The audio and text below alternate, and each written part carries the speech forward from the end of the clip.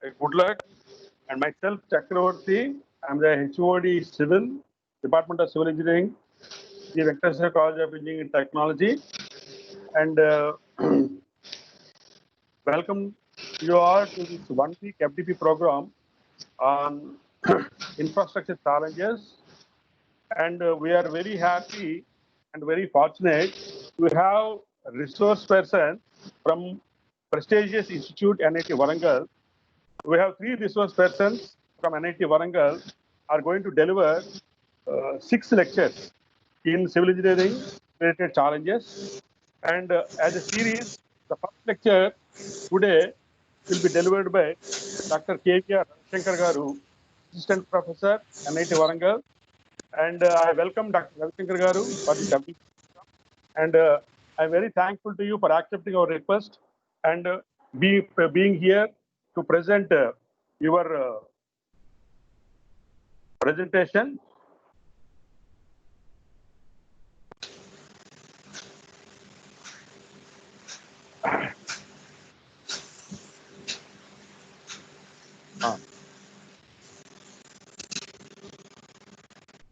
Excuse me. See Uday Kumar, please mute yourself, please. Voice is, we are getting disturbance from you. See Uday Kumar. Can you hear me, sir? Can you hear me now? Yes, sir. Yes, sir. Okay. To begin with session, at the outset, I request our Management Director, Dr. Kishore Garu, to speak few words about this FDP. And Sir Kishore, sir, please, sir. A very good afternoon to everyone.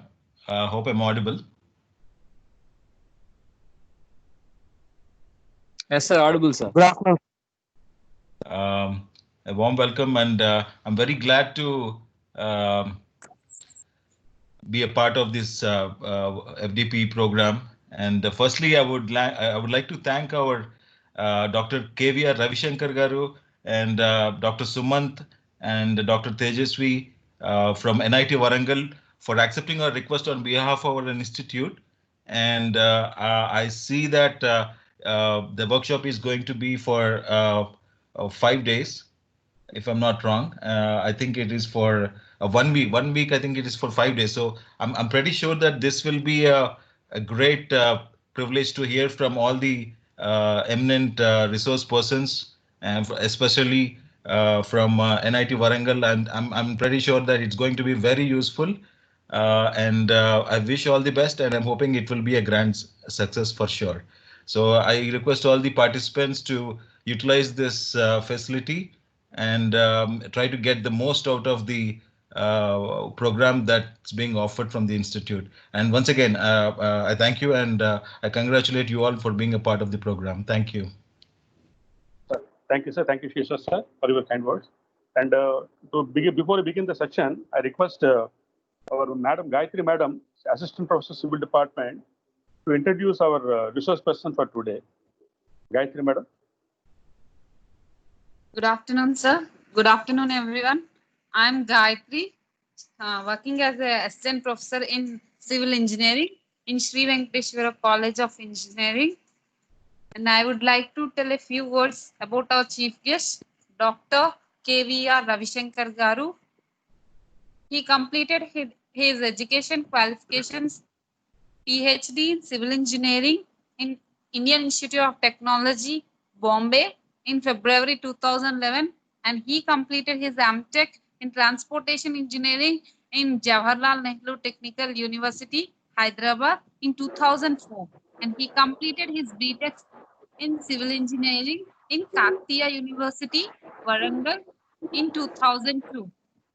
He has 10 years of teaching experience and research experience, and presently he is working as an assistant professor in National Institute of Technology, Warangal, since April 2012.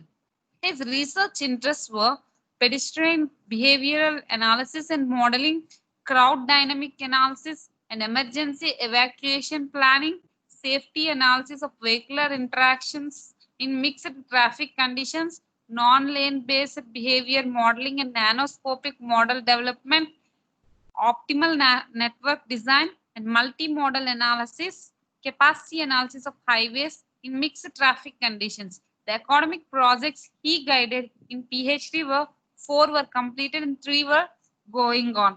And he completed his academic projects in MTech were 39 projects were completed and 4 were going on. The number of papers he published were 60. In international journals, he published 26 papers, and international conferences 28, national conferences 6, and 1 magazine and book chapters were 1. His research and development projects were pedestrian behavioral dynamic analysis near intersections and terminals, BSc fast track project for young scientists, Government of India, New Delhi.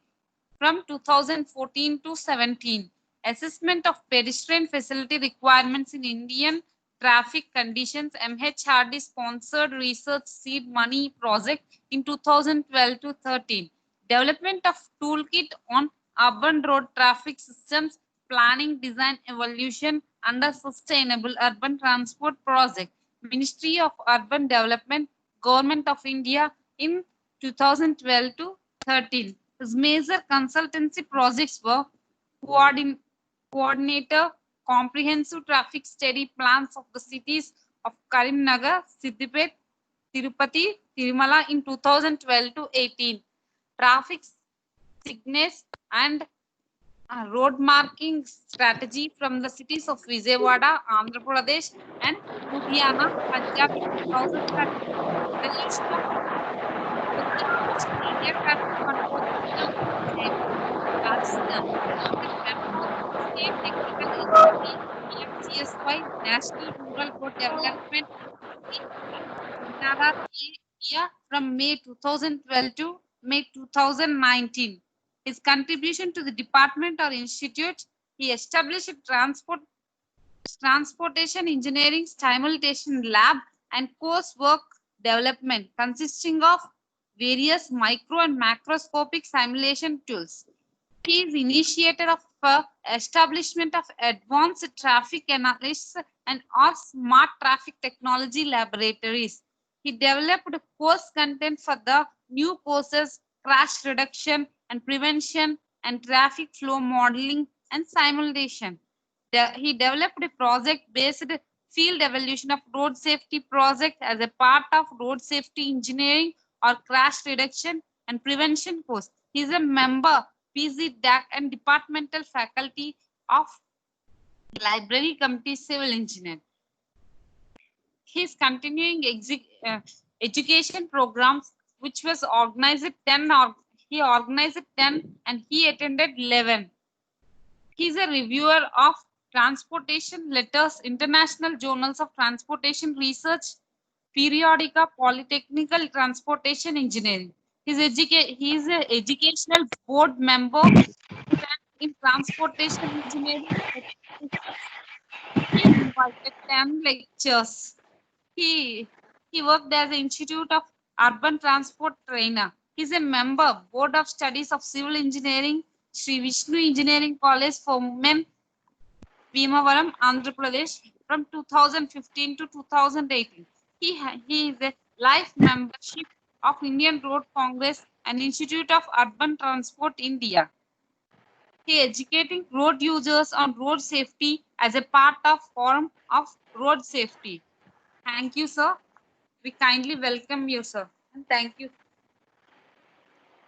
Thank you, Gayatri, madam, for his very interesting introduction about our research person for today, Dr. K.V.R. Ravi Shankar. So may I request Dr. Ravi Shankar garu, you can start your presentations. Thank you, sir. Okay, thank you, sir. Thank you. First of all, I am thankful to the K.V.R. sir and his team and the Sri Venkateswara College of Engineering for giving this opportunity. And thank you, madam, for the long introduction. Actually, I don't deserve those kind of things.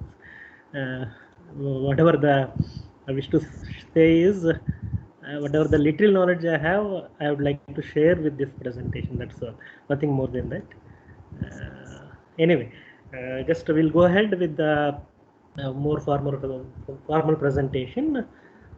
I think just I started sharing my screen. I'm hopeful that my screen is visible to all of you. Yes, sir. Yes, sir. I'm able to see your screens. Yeah, okay, right. Thank you very much. Okay, then today the first session of this 5 days, 1 week FTP program is the one of the burning topics, the road safety scenario and challenges for India.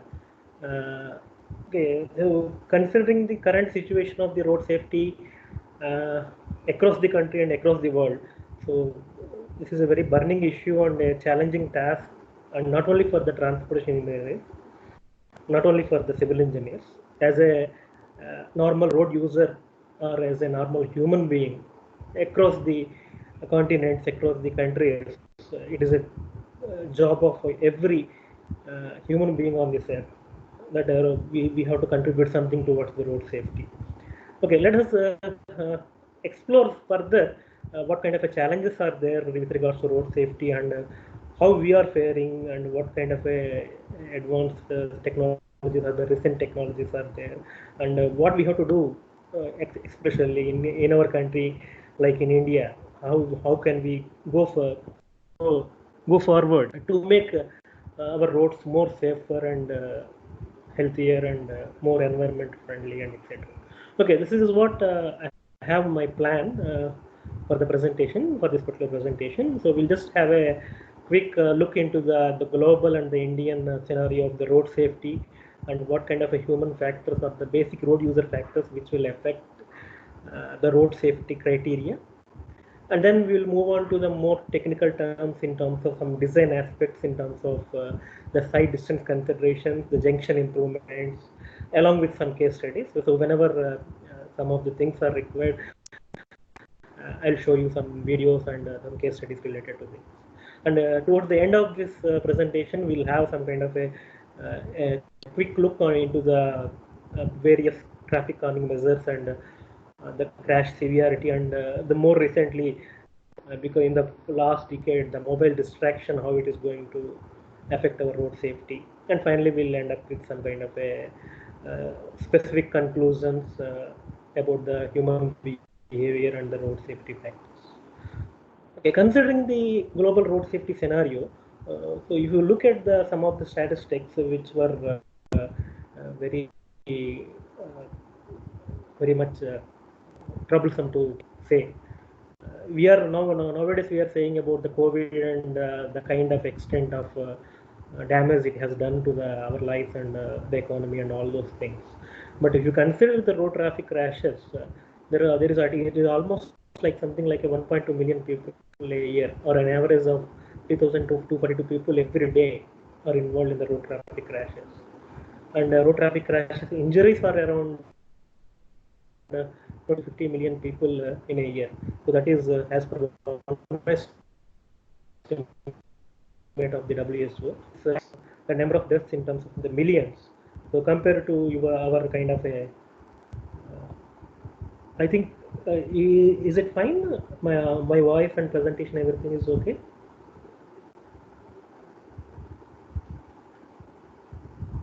Hello. Yes, sir. Okay, sir. Okay, sir. Okay. No. I got a message that bad network quality something. So I want to check it. Okay, fine. Then, so if you look at the road traffic, so it is almost like the third position in the whole world. And if you look at the top 10 leading causes of the death, in 2004, in the year 2004, it is the road traffic injuries are in the 9th position. But if you, as per the prediction, latest prediction, it is estimated that by 2030 it is going to occupy the 5th position. But definitely it will be the top 3 positions if we don't go for any kind of a major safety improvement measures. So this is the alarming situation, and we have to look in a different way, and everyone has to be a stakeholder in improving the road safety across the world. And one more fact is that which we have to agree from the statistics is that the majority, if you look at this burden of the road injury by age group, if you look at this statistics, so the most contributing the most contributing age, something like 15 to 19 years and 20 to 24 years. So that is having a major road injury related crashes are the number one. And if you look at the 25 and above years, it is in the maybe somewhere around 45% is this and road injury, and 50 more than 50% here, and it is occupying the top two positions across the age groups. And of course, you took look at the all age groups, it is at 8th position. But if you look at the particularly the younger age group, so it is going to be a very serious situation as of now. And as per the WHO estimates, across the region like African and South Asian and the American region, so road traffic deaths per 1 lakh population is something like this.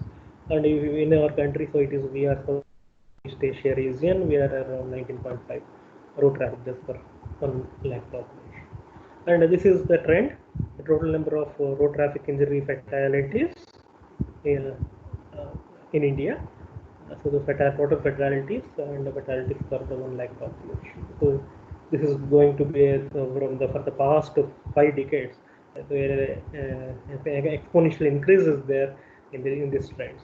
And if you look at the kind of a category of roads which is contributing major, so the national highways and the state highways put together, they are occupying more than 50% of the road traffic related accidents and all this.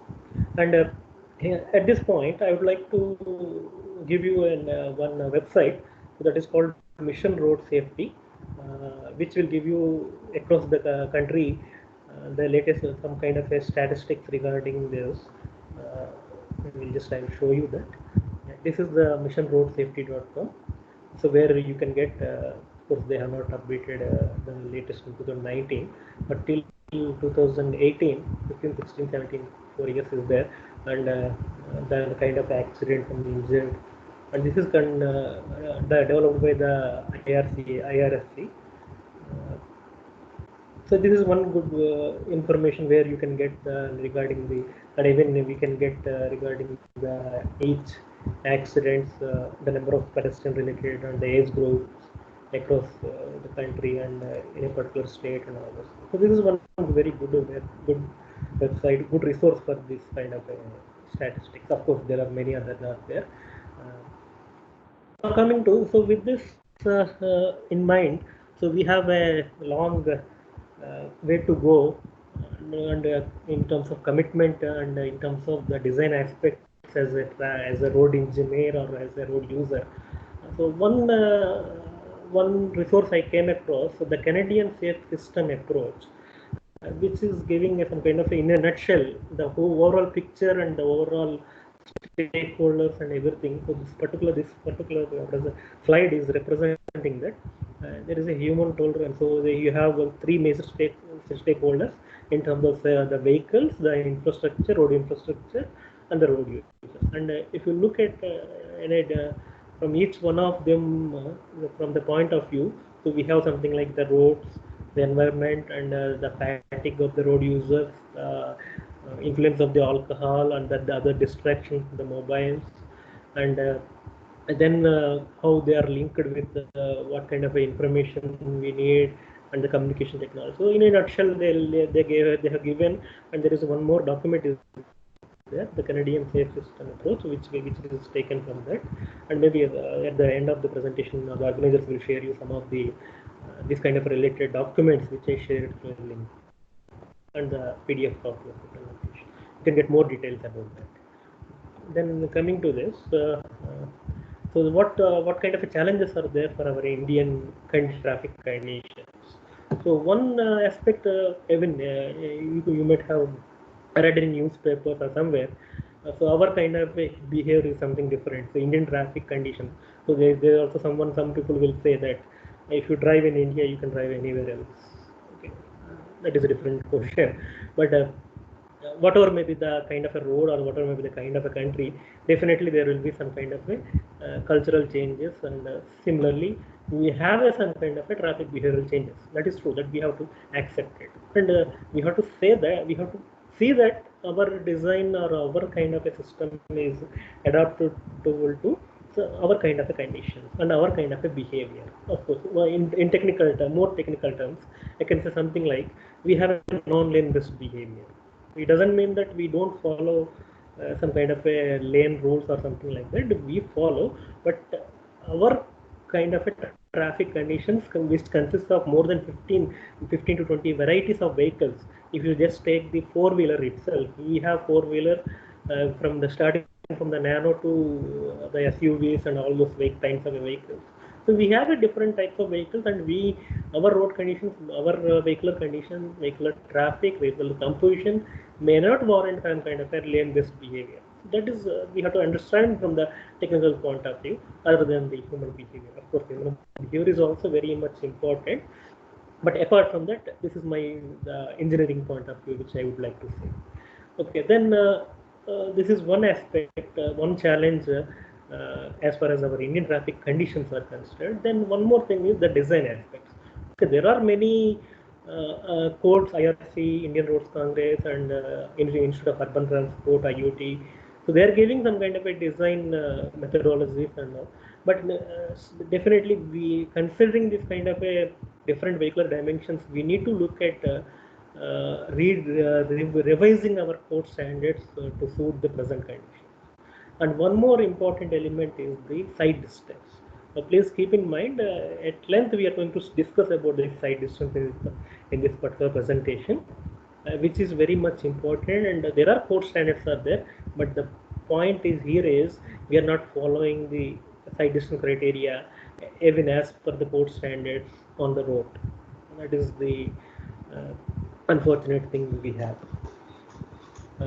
Then we have some kind of a intersection considerations, so the most challenging aspect of the road design. Then some kind of a we need some kind of short-term and long-term measures as far as our Indian conditions are concerned. And of course, the other one is this driving. This is quite true. Another general idea on our challenges. Then, as per one estimate, it was estimated that about 95% of all the road related accidents are, I mean to say, the human behavior or the whatever the road use. So, if you look at this statistic, so it is clear that passenger, the road user, in one sense. So is as per the most statistics is 95% of we have to in a different way, in the sense that it's not the road user, maybe it is the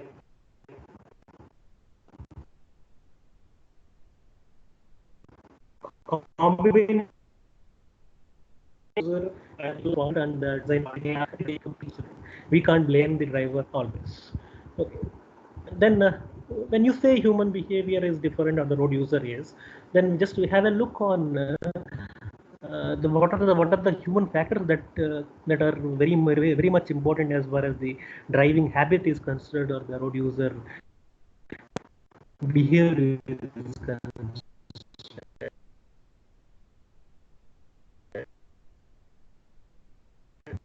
So if you look at most element is visual, and then comes the mental characteristics and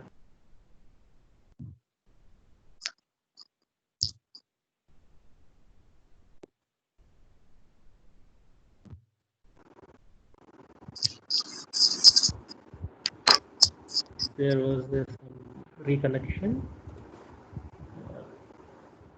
I think still my presentation is on.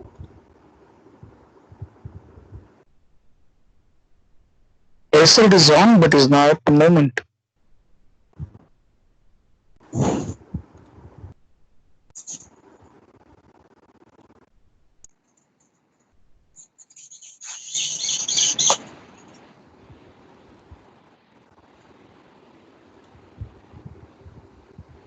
Yeah, I think it is resumed back. Yes, sir. Now we are able to see. Slideshow. Please go to slideshow, sir. Stop sharing, then I'll again start sharing.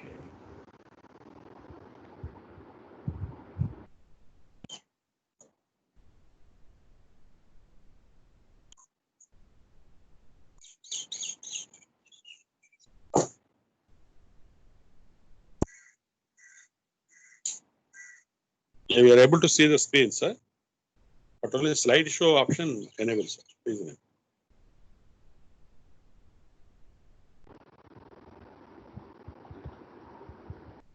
Problem.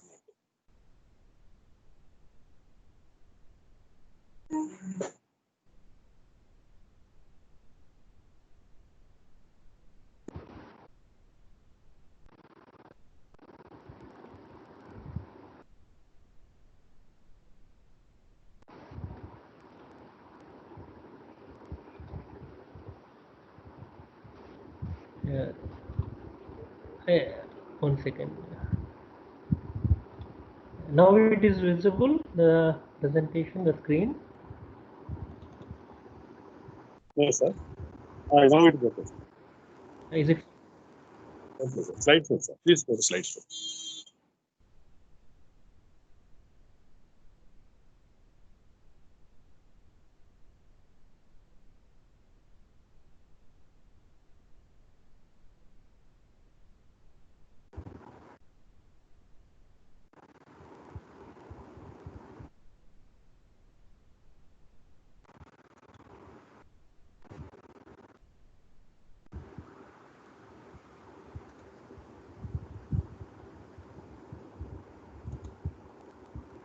Yeah, the screen is visible.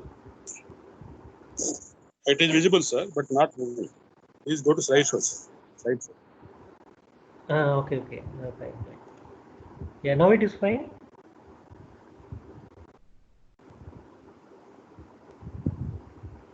Is it fine, sir? Human factors slide I'm able to see, but it is not in slideshow mode. Now I made.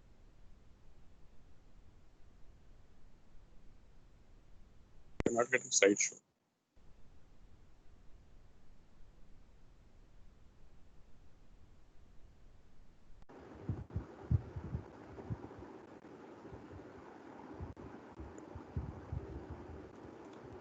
Please continue, sir.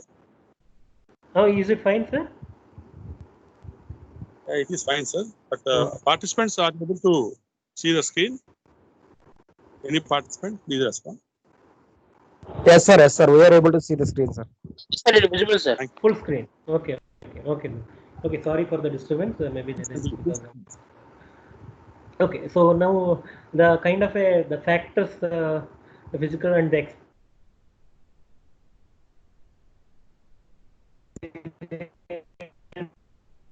of the road user also is going to affect. So this is not something like for the road user, but as a pedestrian, when a pedestrian is crossing the road or whenever he is going to be a passenger, elements are going to, all these factors are going to influence the road user, which may in turn affect our road safety. So that is what I used to convey. And when you look at this kind of a driver's field of vision, so if you look at this kind of a element of sight, and so we might have learned about this in our basic.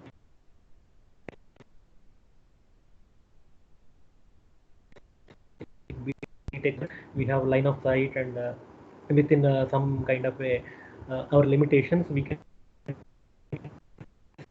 see I'll just like to say in terms of the using a video, so where the visual acuity is only 3 to 5 degrees, and there is a clear vision is there around 10 to 12 degrees, and there is a peripheral vision is there. So if you just look, I think the video is visible to all of you. So if you look at this on the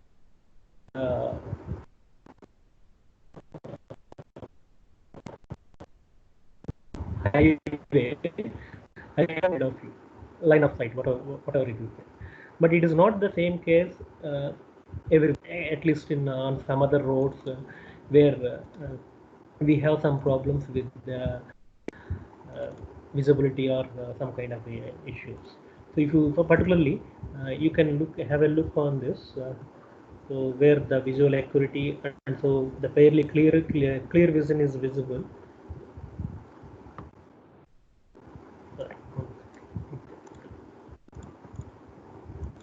Yeah. Then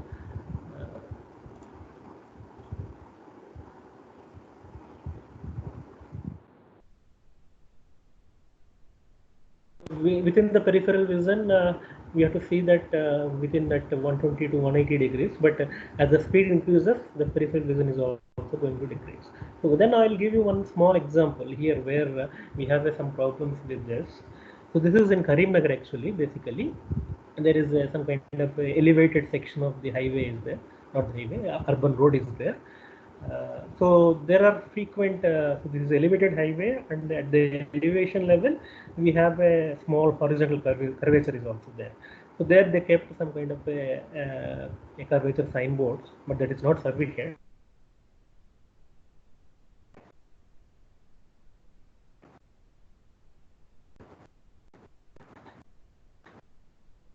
But one more problem is here that before that, of way, so it is going beyond the line of sight, and even people are not observing it, and even if they observe it, they were unable to take any action, and which is leading to the accident at this curvature. So this is what the best one of the best example of where the line of sight is very important across the additional signboards in terms of the clearly demarcating curvature and some rumble strips, and these things have been suggested. Okay, that is a different aspect. So now we'll go further into this the signs and the kind of a distraction that is happening. So if you look at this is in Tirupati actually. So where there was a major highway is there, and another highway from the Tirupati, not the highway, another urban road which is connecting the educational and the residential localities is crossing through this major highway. And if you look at this kind of the stop sign board and all these things, so there are it is well established intersection and uncontrolled intersection. Okay, that is fine. But the problem in this kind of intersections is you will see some kind of a advertisement board. So are you so giving an indication to the road user about the stop sign or something else? Yeah, same issue is there here. Now the same on the other side of this same intersection. So if you look at there was already multiple signboards are there. So this is sometimes so we are giving too much information to the driver. Okay, that is nothing wrong, but it should not confuse the driver, and there should not be any kind of a deviation within 150 200 meters within the intersection. So that is not being followed, and we are giving too much information, and we are distracting the driver, and we are just giving some kind of a and if you look at some of the intersections in many mega cities, even across the world, New York and London and Mumbai and Delhi, all these places, there are many nowadays. They are coming up with some kind of a LED signboards and all these things. I'm saying about the advertisement boards, so which is very distracting. And at the same time, you ask the drivers to pay attention and all these things. So that is what our design should be. So within the intersection area, there should be some limit, some demarcation where the dilemma zone is going to appear. So within that, there should not be any kind of a restriction to the driver. That should be followed. We can have some kind of a, we can say that the road user is not at the fault. Road user is at the fault and not the design aspect. And when we don't follow these kind of a things and you blame the driver, so that is what my point in the initial discussion of this present. Now, other thing is the glare from the headlights. So if you look at some kind of videos are during night time, So nowadays some of the vehicles are coming up with some kind of LED lamps, which is very the clear recovery time as per the theory. It is estimated that it is in the range of 3 to 6 seconds, and a fraction of a second is sufficient to cause an accident. And we have to look into this aspect also, particularly during night time. And you can see this through these photographs how the glare is going to affect us. So what we might have studied in the calculation of SSD and OSD, the reaction time of 2.5 seconds. So, okay, then but that is the normal, expecting some kind of a situation to very low at 2.5. But when you don't expect, and in the kind of unexpected situations, your reaction time is going to be much higher than the expected situations. And our design or whatever the standards we are following, it is not meeting them. And these kind of unexpected situations, maybe it is a part of the driver or reduction of authorities. So we studied, we have gone through. So that is giving these kind of differences in the between the unexpected and expected situations is causing the majority of the accidents. Now coming to the other point of the design is the intersection. The major focus of the activity is there, where we will say something like for a four-legged intersection, 32 conflicting movements are there, and crossing conflict, merging conflicts. Now I will just have a small look into with some examples on this, how to the design aspects related to the safety of the intersection. And many times we'll see in terms of like how to increase the capacity of the intersection, in terms of the 32, how to decrease the number of conflicts, at the same time increase the capacity of the intersection. But when you say it is a quite a common thing that you might have learned when you introduce some kind of a roundabout or channelizing island or something. So some of these conflicts are going to be eliminated, or they're going to be converted into some kind of merging and diverging. That is how when you introduce a roundabout, how the crossing. That is what the basic concept is. But that let us have some look into the future slides where some of these things may cause some problems. So when you look at all these aspects, so our basic design objective is to reduce the severity of the potential conflicts between the motor vehicles and the pedestrians and the various facilities. At the same time, convenient and comfortable travel is made. So that is our main motto, and provide at the same time provide some kind of adequate side distance and minimize the turning and through conflicts, and providing a natural path and avoiding some kind of a steep. And if you look at the principles, thing they'll say is it should be simple and practicable and very much consistent with the approach design speeds, and not steep grades should be avoided, and side distance for all approaches theoretically.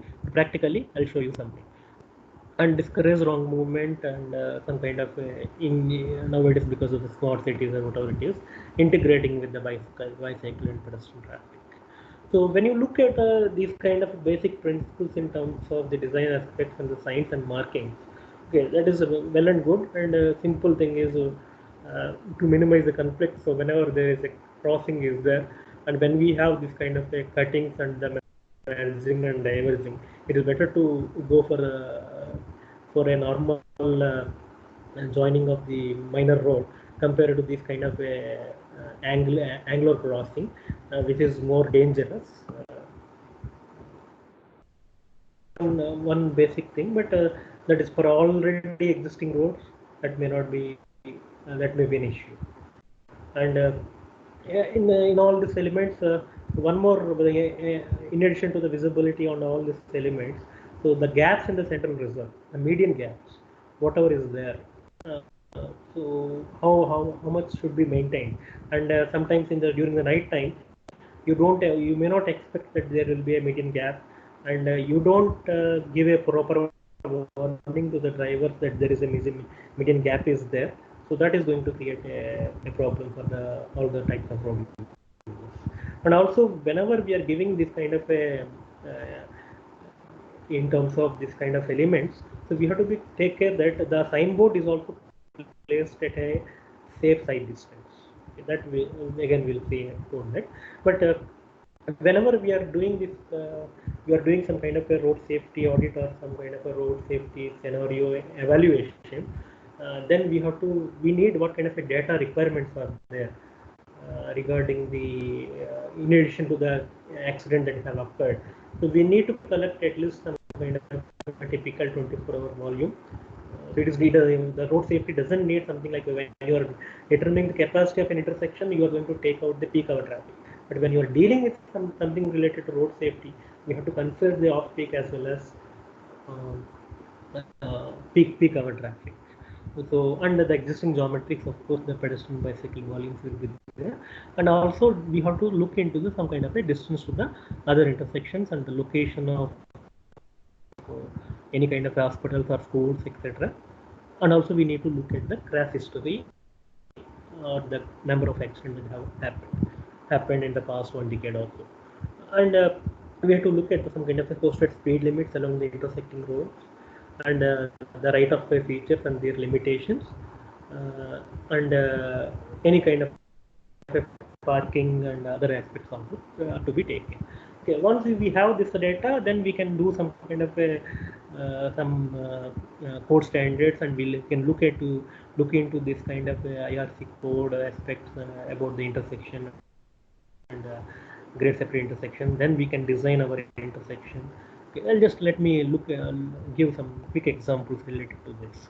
Then once you look at this kind of this is one basic you'll find in some of the basic standard textbooks.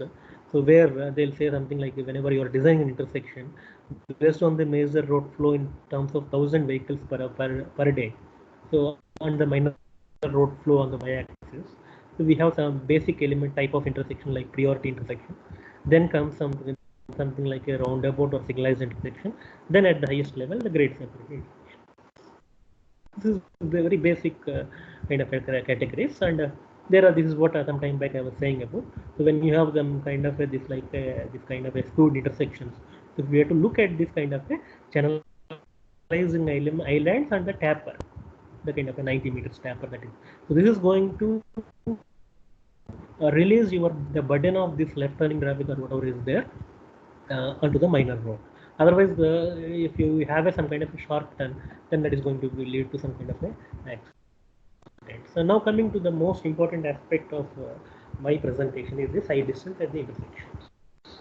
So you might have experienced this, the side distance at some kind of uncontrolled intersections. But let me just have a look on this with some video. You just have a look on this video on the outskirts of the Tirupati. You just observe this. The heavy vehicle truck is there. It is moving slowly it is taking a right turn.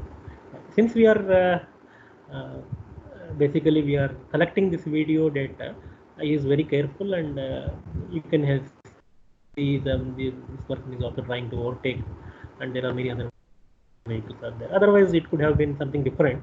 The kind of a maneuver he won't be so careful. But what is the major problem in this kind of a intersections is you don't have a proper side distance about what are the other vehicles that are coming from this minor road or whatever it is, the other leg of the intersection. And even this particular two-wheeler also doesn't have any information until he comes up to the point that there is another vehicle is coming from the other leg of the intersection. Maybe the same kind of things you can also look at this.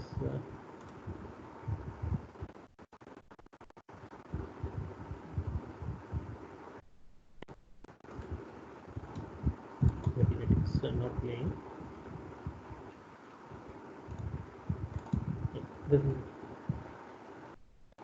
Just I am driving a vehicle and I am about to approach one intersection.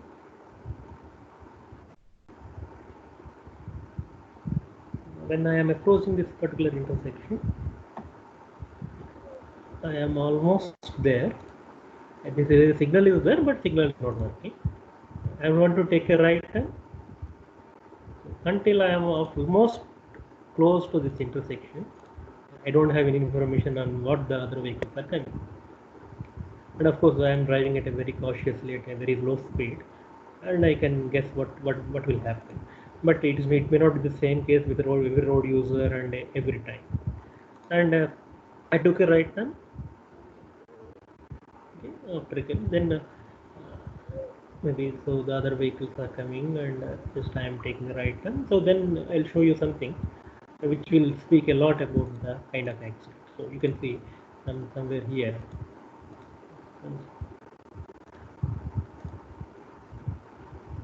There are signboards are there, median openings.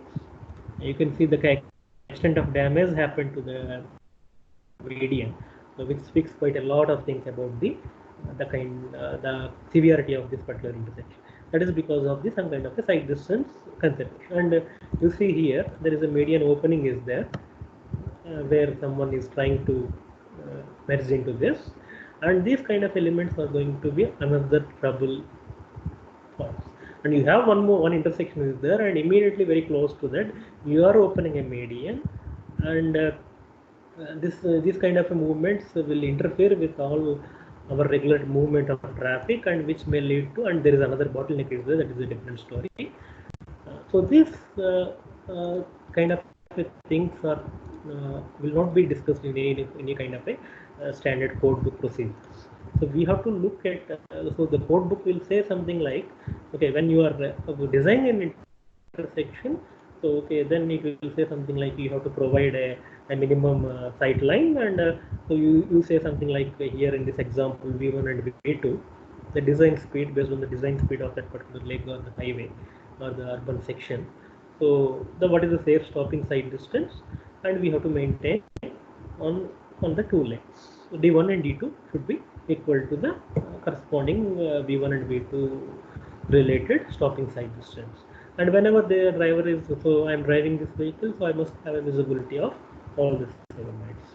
But this is what is being not followed in many of the cases, not only highway. If you look at this picture, there is a hidden vehicle is there which we are unable to see behind this all these elements. So this is what is going to happen. Then there are many. So then the question comes: is it something like a very simple SSD calculation for the stopping sight distance? Definitely, it is not. Okay, SSD may be up to the some kind of a urban roads, it may be sufficient enough, but as per one standard, code standard, so they were saying, what they were saying is, if you have a major road like highway and another minor road is there, then we have to maintain some kind of a 8-second gap distance corresponding to the design speed of the major road. So any other vehicle on the major highway which is at a 8-second gap from the center of the intersection, when it is traveling at the design speed of the road, so it must be able to see any other minor road, any other vehicle on the minor road, at least at a distance of 15 meters. So this should be followed everywhere throughout the length of the highway, particularly on the major minor road crossings. And when you don't have this kind of a visibility is not there, definitely there will be different decisions will be taken by the minor road and the major road vehicle, which is causing the majority of the accident. And this can be easily implemented on our road section. Something like we need some kind of a two people with some kind of a ranging rods and all this some basic infrastructure, and we can say that how much distance is visible, and we don't need much of the equipment to measure this kind of side distance, considering only some tape and some ranging rods will be sufficient enough.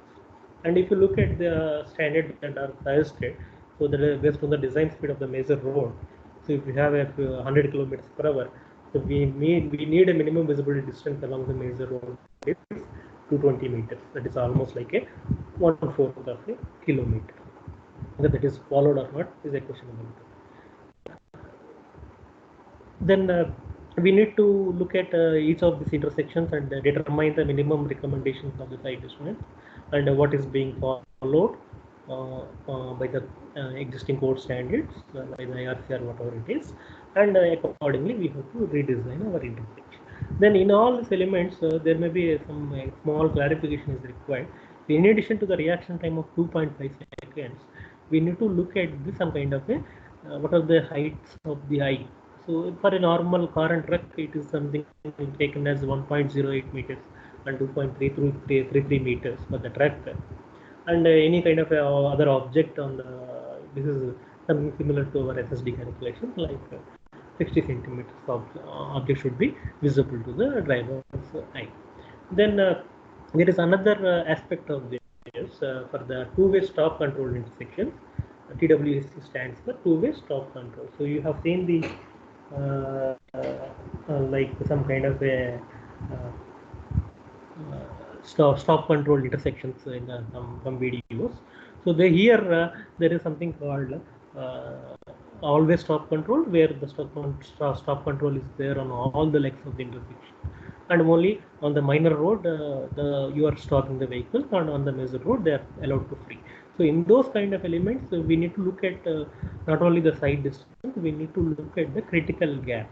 The critical gap is, so when you have some kind of a 2-lane and the 4-lane major road, so there are some kind of a when the minor street vehicles are accepting some gaps on the major road, so we need to have a look into the some kind of what are the acceptable gaps, what are the rejected gaps, and when you can calculate the critical gap for each of these intersections, then what kind of a, so based on the recommendations, whether it is below that or above that, and whether the safety criteria can be met or not, so we can have a strong estimate on that, and accordingly we can redesign, so we can suggest some redesign of the intersections or some kind of safety recommendations. So this is what this is our of the need for the design of the intersections, in addition to the regular practice of the code standards.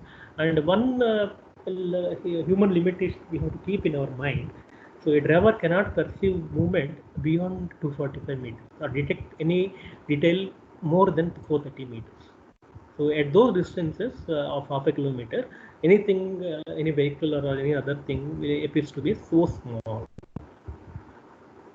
So this kind of a human, the driver limitations, when we discussed about the human factors. So and as per one estimate, the total time required for some kind of a one driver having tested some kind of a decision and the actual crossing to complete the complete maneuver, we need at least some 8 seconds. And you have seen in the video also how much time I took. Actually, I am driving that vehicle I took to cross the road, but everyone wants the same thing. And for the intersection with no traffic control, we need to go for some kind of a side distance as per the suggestion based on the side distance criteria. Okay, that is straightforward, and which we are going to calculate as per our estimate of the very basic equation in terms of the design speed and the gap that drivers will accept for entering the roadway, which is given in the previous slides. And accordingly, the intersection side distance can be calculated. So this is something different. This is not our regular kind of a stopping side distance. This is the intersection side distance, considering the driver's limitations and the driver's time taken for the drivers to maneuver the entire right turn or whatever the left turn is there, and considering the major and minor road. So this is something we need to follow in addition to the stopping side distance. And in the most simple terms, when you can't do all this calculation and all these things, at least whatever the based on the SST criteria or whatever the in the initial discussion we made, so that must be always followed.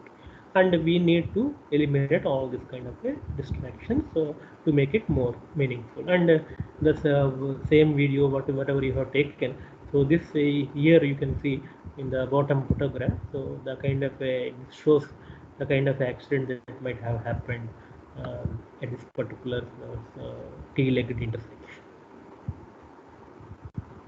Then I'll show you one more case study in addition to the side distance. First I'll show you the side, and then we can have a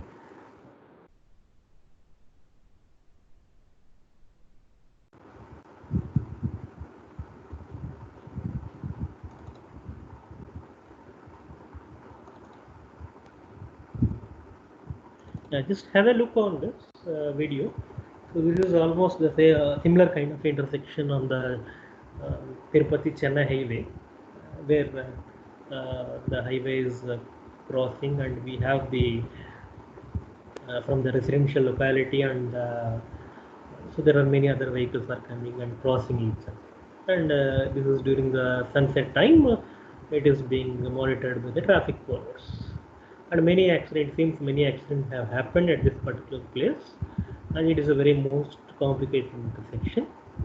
And you can see the kind of a barriers they have kept in across this. Okay, now considering this, so it is okay. You can say that okay, there is not much side distance issue, at least in this part. Of course, on the other side also, because it is going on the outskirts. But still, there is some kind of a gradient is there for this left leg of the intersection. And considering the kind of a type of vehicles that are involved in this crossing, so when you look at the two-wheelers and three-wheelers, auto rickshaws, and this kind of a vehicles that are which are actually there is uh, on the other side there is a many educational, and on the left side there are many educational institutes are there. On the right side there are residential localities are there. You can look at this kind of a video where the crisscrossing and these kind of things are happening. So without any police control, it is definitely going to be. You can see the truck is coming at a very high speed. Still, so that is the situation. Now the question is how to improve this safety or this kind of intersection. Of course, this is quite common across the number of highways. Then we can say that okay, the side distance is not a problem.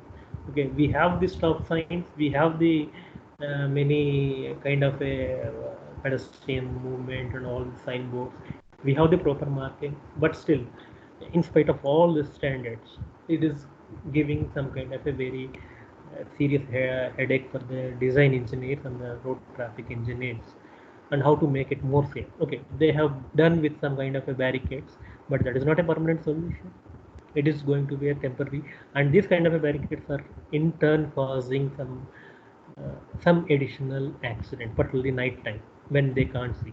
Okay, one thing is during night time we can increase the lighting. That is true. Yeah, if you look at this, okay, I don't have the night time. Okay, fine.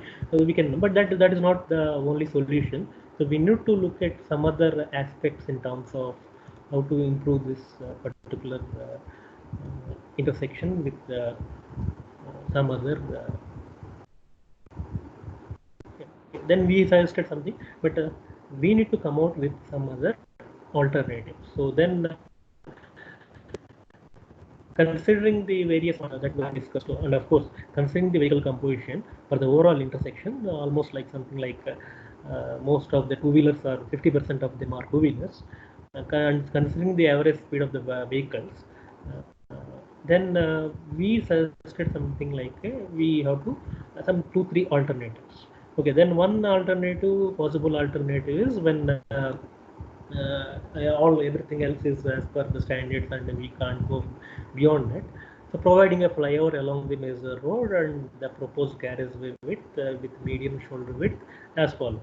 Okay, but that is not even that is not the complete solution. You can't have then there are on the national highway across the breadth and length of the country. There are many kind of this kind of intersections are there, and we can't I can't provide a grade separated element or the elevated road along each and every kind of thing. So that is not the only the solution, but we can have wherever the incidents are more. So maybe we can suggest some kind of a flyover along the minor road. At least the whatever you have seen, the three-wheelers and the two-wheelers can be safely maneuvered, and the major highway will not interfere with the regular traffic. But that decision has to be taken on a case-to-case basis, and sometimes you nowadays you are finding some kind of underpasses and overpasses. Of course, so sometimes even some people will say something like making it a roundabout, but at this particular intersection we can't go for that. because it is going to be a troublesome from the safety point of view. Even though whatever maybe the geometry we are going to adopt it, the maneuverability of the heavy vehicles will be a troublesome, and it may lead to some additional nuisance. Now, that is one aspect regarding the intersections and the side distance as far as the design aspect is concerned. Now, coming to some other elements in terms of designs, so you can have a look at something like so when you properly design some intersection with so this is done in Pune. So some of these simple elements upper state design guidelines, so where before the improvement this is the case, and where the after the improvement, basically in all this design, in all these guidelines, what the main criteria is, you have to reduce the conflicting area to the bare minimum as far as possible, but at the same time maintaining a proper side distance elements. So then when you can introduce some kind of this kind of elements like channelizing islands and some other elements, and whatever you can provide some kind of a even pedestrian safe passes also across this, then it is going to be lead to some kind of additional safety measures for pedestrians as well. So this is some of the design guidelines, and you can look at maybe I'll just show you something where I have some links are there.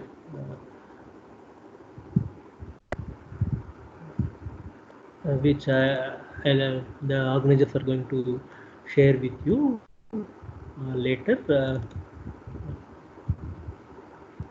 With this kind of unsignalized intersection safety strategies, where signalized intersection safety strategies. So when you have some kind of this kind of elements, then how so what kind of a category is there, and improve the side distance at the signalized intersections. So what are the available options? This kind of elements have been shared already through some Google Drive link, which will be available to you. And there are some toolkits are available, like in this case, the Urban Road Safety Toolkit provided by the IIT Delhi, the TRIP. So you can go into these details, and you can have a detailed look on this urban street design guidelines. Even there is one more is also there, ITDP. So that is also one good example of, and there is intersection side distance, how to calculate. So whatever the discussion I made it. So this all these references are available. So maybe you can have a detailed look on it. Now coming to one more example, I'll just give you. This is in Karimnagar basically. This is a roundabout intersection. So you can see this is the existing intersection, and I'll just let me share the video with you.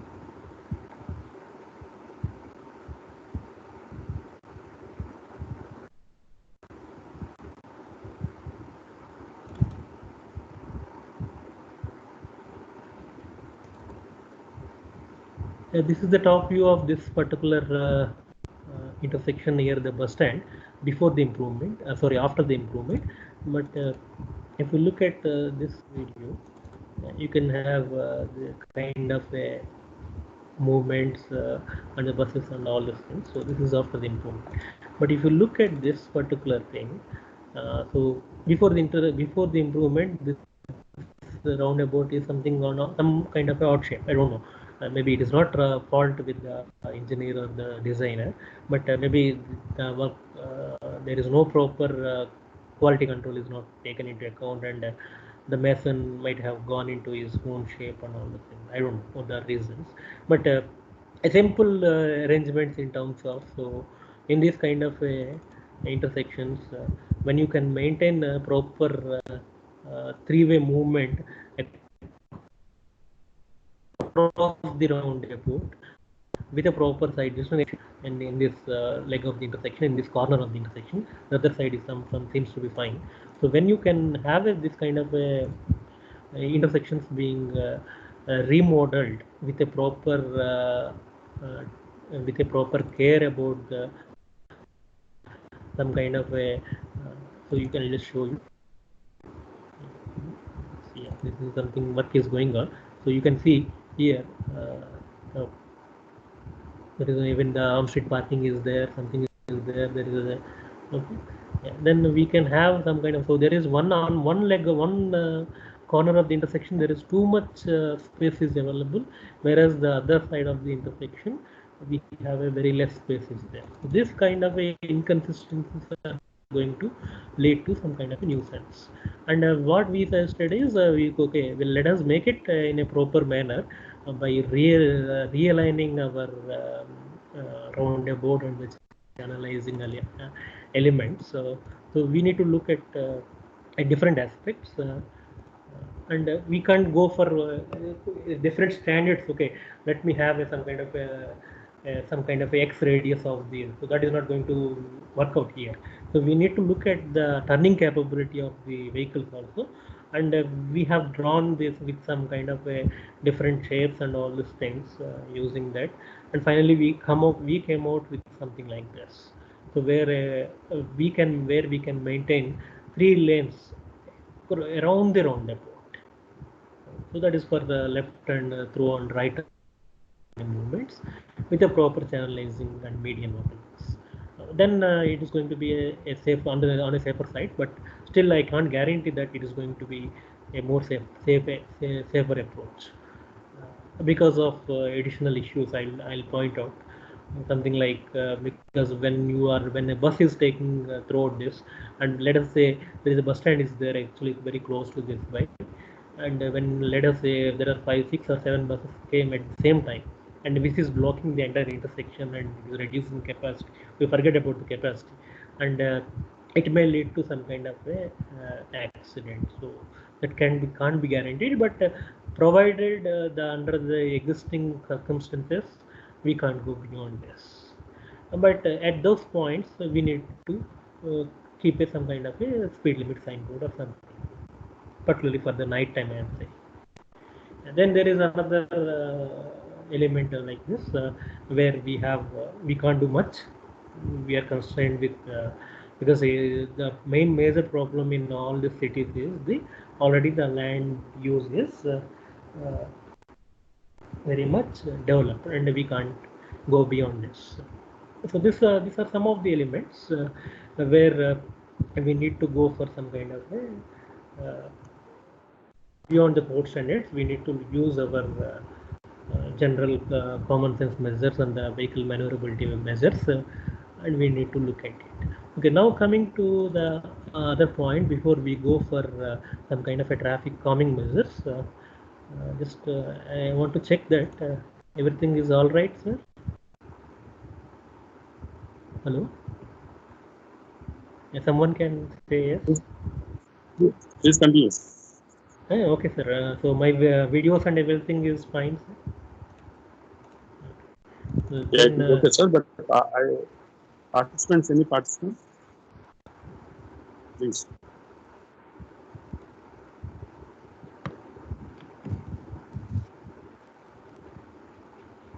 Any participant, you can unmute your mic and you can say it is okay. Yeah, sir. Okay, so then let us continue. So, sir, if I take another 20-25 minutes, that is fine. It may take No problem. a little bit. No problem. Time is not a constraint, I think. Okay. Not a problem. Okay. Okay. Then just you might have come across this particular accident in Hyderabad. So let us have a small look into that, and let us do some analysis regarding this. I think all of you are aware that this is the biotech flyover near to in the heart of the city, and where there was one speeding vehicle is there, and which was just toppled and which fell onto the from the flyover, and it resulted in on the spot some 3 people lost their life, and it was very unfortunate, and many injuries were happened, and that is. But now the coming from our so we okay, now everybody is pointing, okay, let us take a look. Okay, he's driving at a very high speed, maybe more than 100 kilometers per hour. That is true, agreed. but what is causing, what is the real reason? So we have to introspect ourselves as an engineer, whether really is it the only the fault of the driver or something else is there into it. Okay, then actually I have not visited the site, but considering the information I got it from some of the reliable sources of my professor, other colleagues in the JNTU and some students. So what I received some information is, so if you can look at, there is a vertical curve is there. The flyover, we are just the vehicle is going to climb up the flyover, and there is another element of horizontal. Vertical is combined with a horizontal curvature. So this is a very deadly combination. So when the vehicle is trying to move upwards, and it is it is definitely has to rise, accelerate, and at that, okay, it might have accelerated beyond some hidden level. That is true. This fault of the driver is also there. But if you look at from the design point of view, so this combination of horizontal curvature coupled with the vertical curvature is one of the fault, we can say. Okay, then why they have gone for this kind of a design? Okay, then there is something like they don't have any other option, maybe because it is already developed, and there are many constraints maybe there, but still, so this kind of things could have been avoided before the construction. Okay, then here comes the point, here comes the catch. That is something like whenever we are speaking about the road safety after the accidents are happening, or after the of course here there is one more thing is also there. There is a metro is there. That is the reason why they might have rise to that level. That is another different point of view. But whenever we are designing this kind of highway section, so that design stage and the planning stage itself, then these things can be avoided. So that is what we are doing it at some for major highway projects, and some elements, and the road safety audit is done at the planning stage and the design stage, but not for every kind of road work. And when something is happening, okay, we are recounting in some kind of way, okay, this is happening because of this, and maybe we need to follow some kind of proper signs and markings and design standards and all these things. But before that, when you are planning this kind of exercise, using some simulation tools or using any other additional tools, if you can do some kind of a road safety audit and look at some kind of a possibility of this kind of deadly combinations, then many of the future accidents and can be avoided, and which is going to be the real hour of the need. So this is one particular example, but unfortunately we are learning from these kind of mistakes, and this should not happen in the near future. I hope so. And then the question comes, what should be done now? Okay, then they suggested with some kind of a limiting the speed limit signboards and proper signages, lighting, then some kind of a rumble strips, and then barriers were also suggested. But whatever we do, we are not going to be on the safer side. And one more thing is, there is a need to educate the all the road users regarding these kind of elements. Okay, and then that part also we'll take up a little bit later. Now coming to this, the other topic is the traffic calming measures regarding. So whenever you say there is some kind of a accident happened, then people will come out with, okay, introduce a speed breaker, some kind of a okay, a raised crosswalk or something. And there are some other elements like some neck down, exit payment, or introduce a roundabout, rumble strips. I'll give you, there are some other examples are there regarding these kind of elements. But just have a look on this video, wherein I don't know what you will call it as, whether it is a speed breaker or something else. You have to tell me. Really see how difficult for the vehicles to travel. It's almost like it is something like you have some very basic minimum 160, 180 below the car surface, so that is almost touched. So whatever the tolerance level that is there, so these kind of elements are not going to be, this is not what the way of. So there is no proper inspection was not there. So somebody, there was a fatal accident happened and somebody came and within 2-3 days, so they raised this kind of a structure on the road. This is not a speed break. And this is going to cause particularly somebody who is very new to that particular locality and he doesn't know about this, and this is going to cause some kind of additional accident. So that must be avoided. That must be taken care by the road engineer. Now coming to the various traffic calming techniques, so we can basically divide into some kind of a design enforced or some kind of a proactive and active enforced. So in the enforced, that will come like nowadays most of the police people are using some electronic speed cameras, and there are some manual police enforced cameras, and this is enforcement technique. Then this is what I was speaking about, planning. So we need to do some kind of a road safety audit, the planning, and then other side is educating the road users. Then by means of some kind of influencing the driver behavior in terms of some kind of a visual warnings with more proper lead design signs and markings. Then the other things are like physical warnings, like the speed cushions and various other intelligent adaptations in terms of the advanced safety vehicle systems and various other elements. So basically we can say divide into this kind of groups. So one more aspect I would like to point out here. So you have seen some major highway and some minor highways there. Let us say it is a national highway, MDR is crossing that. Then there is something like a speed zone around the intersection. So there is something like 60 beyond the 750 meters. Then beyond 250 meters, there is a 50-kilometer signboard, and then within the intersection area, it should be something like a 30 kilometers per hour. So this is the speed zone. And when there is a gradual reduction of the speeds, then there is even if some accident happens, it is not going to be fatal. So there may be some vehicle damage, definitely, but many of the fatal accidents can be avoided.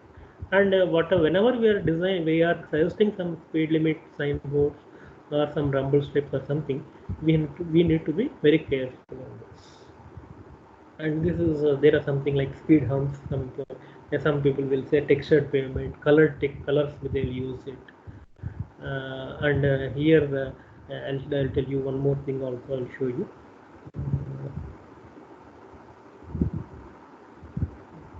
There is in New Delhi, they have experimented with something like this, a virtual speed break.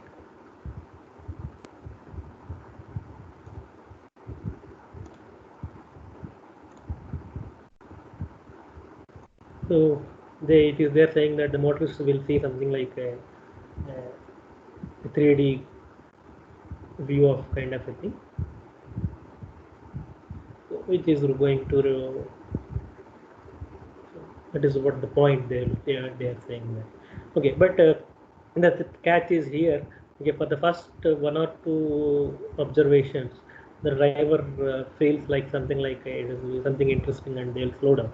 But once a regular road user is there, daily is going through that twice or thrice a day, then that particular driver is not bothered about this, and he very well he is aware about that. And this is something like I don't know how far it will be really beneficial in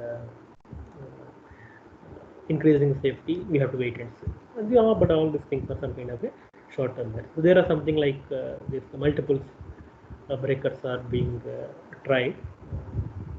This is also something good. Then there is something.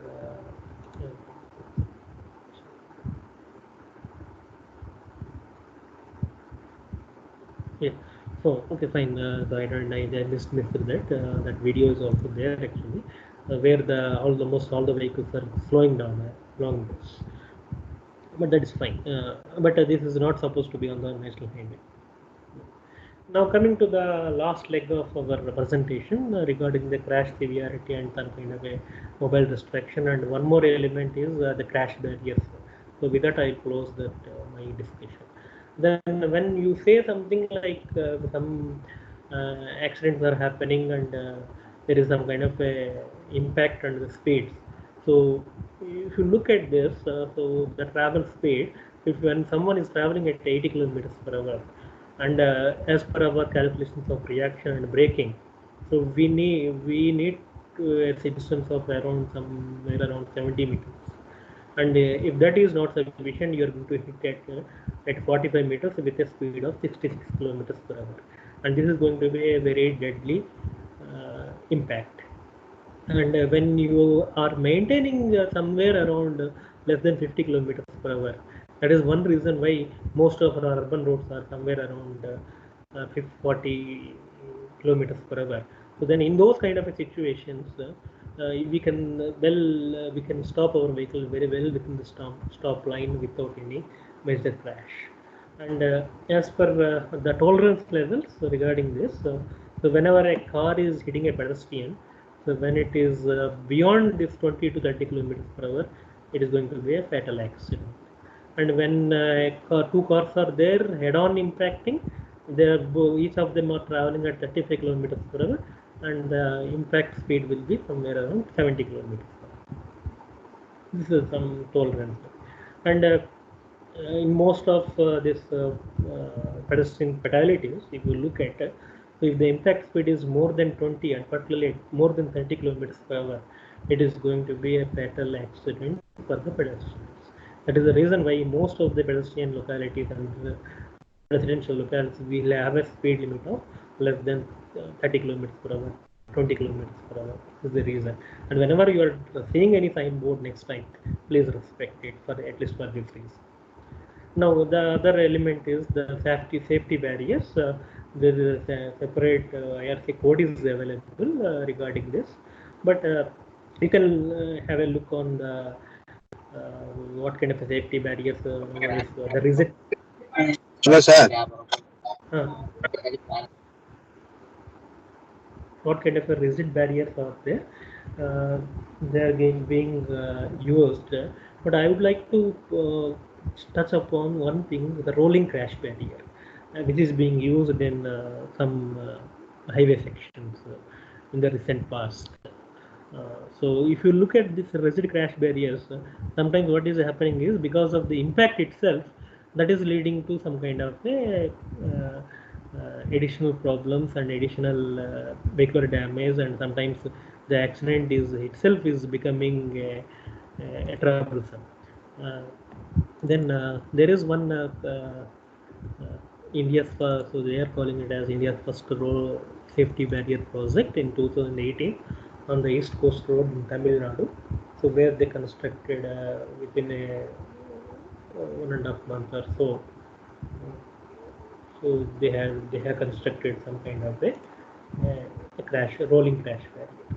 So the major element here is in the rolling crash barrier, most of the impact energy will be taken up by the rolling barriers.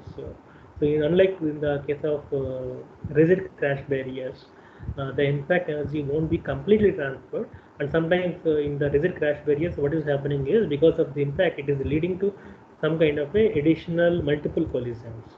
So at least that impact energy, when you can completely absorb the impact energy, and this rolling crash barriers are going to be a safer exercise. So this is what finally came out.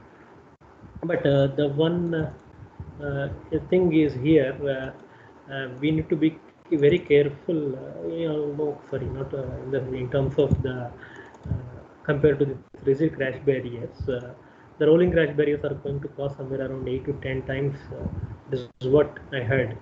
I don't have the exact price details. But considering the safety from the safety point of view, and considering the kind of accidents that are happening along the highway sections, and so it is better wherever it is needed, even though it is a quite costly exercise, a little bit costly, but not at the cost of, we can save more number of lives and all this.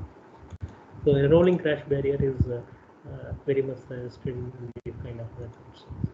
So that is what I would like to stress upon. Then one more thing is the mobile usage, the distraction, which is particularly for the younger youth, and of course every kind of road user. Whenever you are walking, also people are. But it is estimated that as per one study, you are going to be 4 times more likely to be involved in a crash whenever a driver uses a phone. And as per one estimate by the TNS India Private Limited, so that they have conducted one survey. So if you can look at this detail, so 47% of the people receive calls on their mobiles while driving. And even though 94% of people are believing that it is dangerous, still they feel that 41% people use phone for work-related purposes, and 60% of them do not stop at a safe location before answering their calls. So they're driving and they're answering their calls, and which is giving some kind of I have shown you more the information or the bits you are supplying to your brain, and you are doing some multitasking. It is going to lead to some accidents. And 20% of them had a near miss or crash due to the use of mobile phone driving. And this is some of the aspects. And whenever you use some kind of a feature phone or smartphone, and depending on your type of vehicle, so how many are them are using, there are some statistics. So that is particularly related to that particular case study where they have conducted. So how safe? Also not at all safe and life threatening. There are some more than 60-70% people are believing that, but relatively safe. It is so some people can be safe depending on external factors such as traffic. So some people will say I can drive whenever I am driving at a very low speed, but all these things should be avoided. Okay, then how to arrest them? Okay, there is some research is going on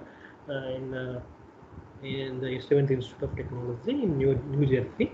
So as per this credit, what they were saying is, so there is something like our regular jammer, but with a little difference in terms of that.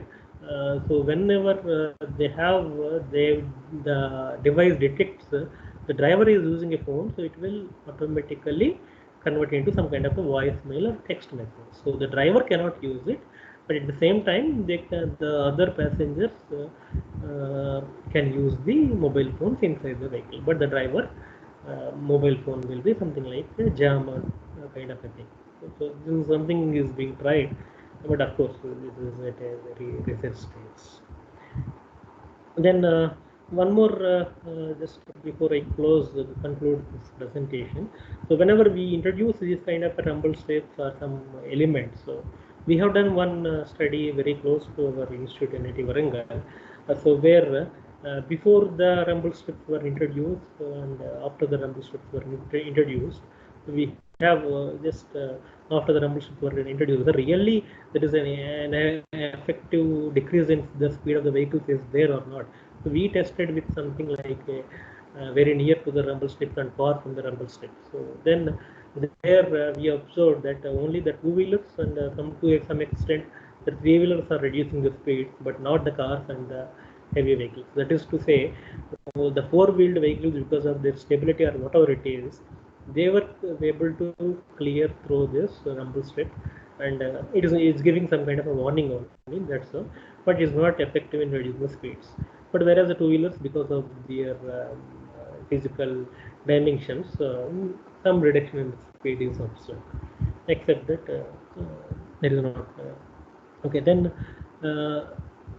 just I'll show you this particular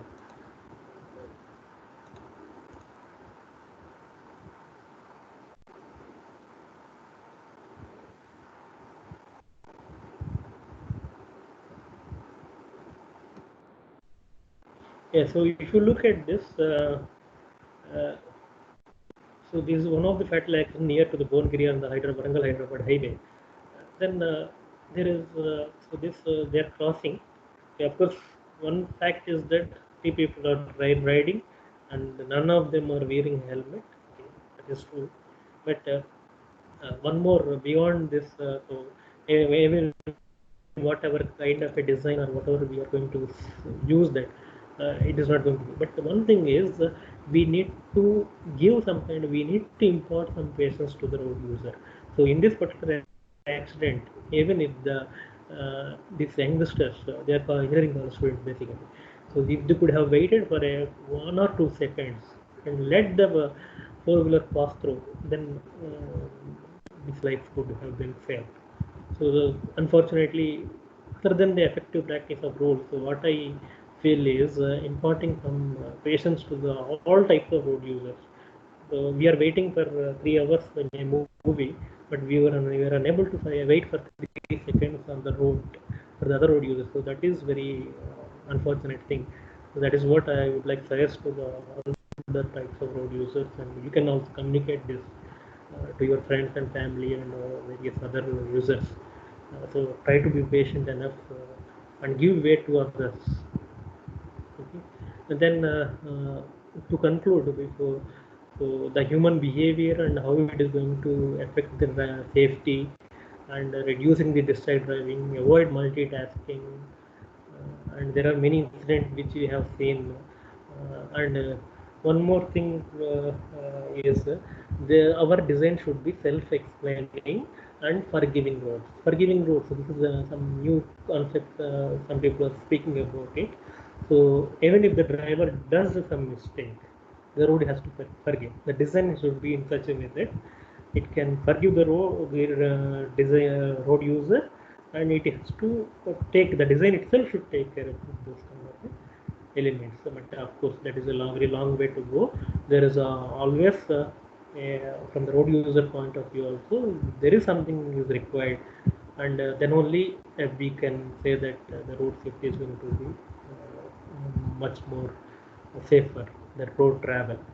And always I'd like to pinpoint on that the road safety embedded planning and design. So in the planning stage, at the planning stage itself, it should be well taken care, and regular safety audit exercises should be taken, and involvement of the general public is very much need.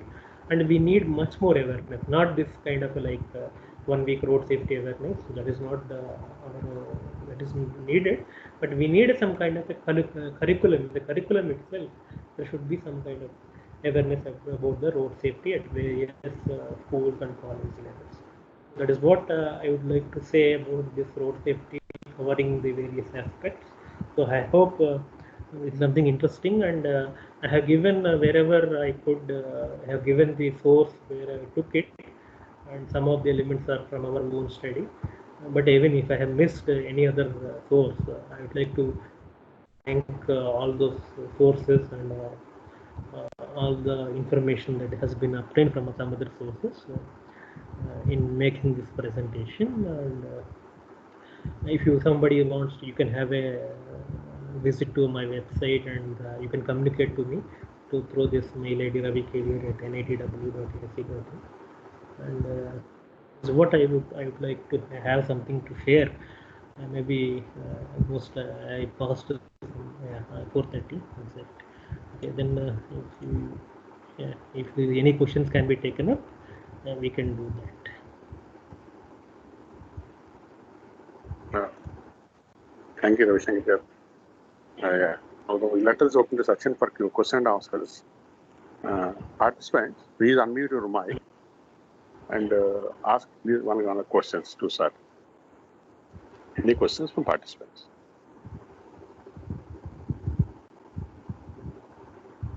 Sir, my part is over. Yeah.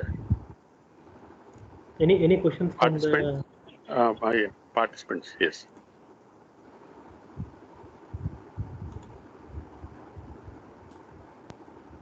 Hello, sir. Please introduce yourself and ask questions. Is it over, sir? Hello. Yeah, we can hear you. Sir? Please continue. Please speak.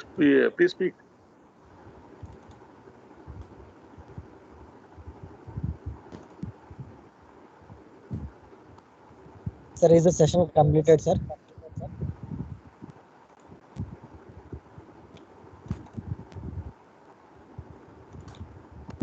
Please ask, ma'am. Please ask.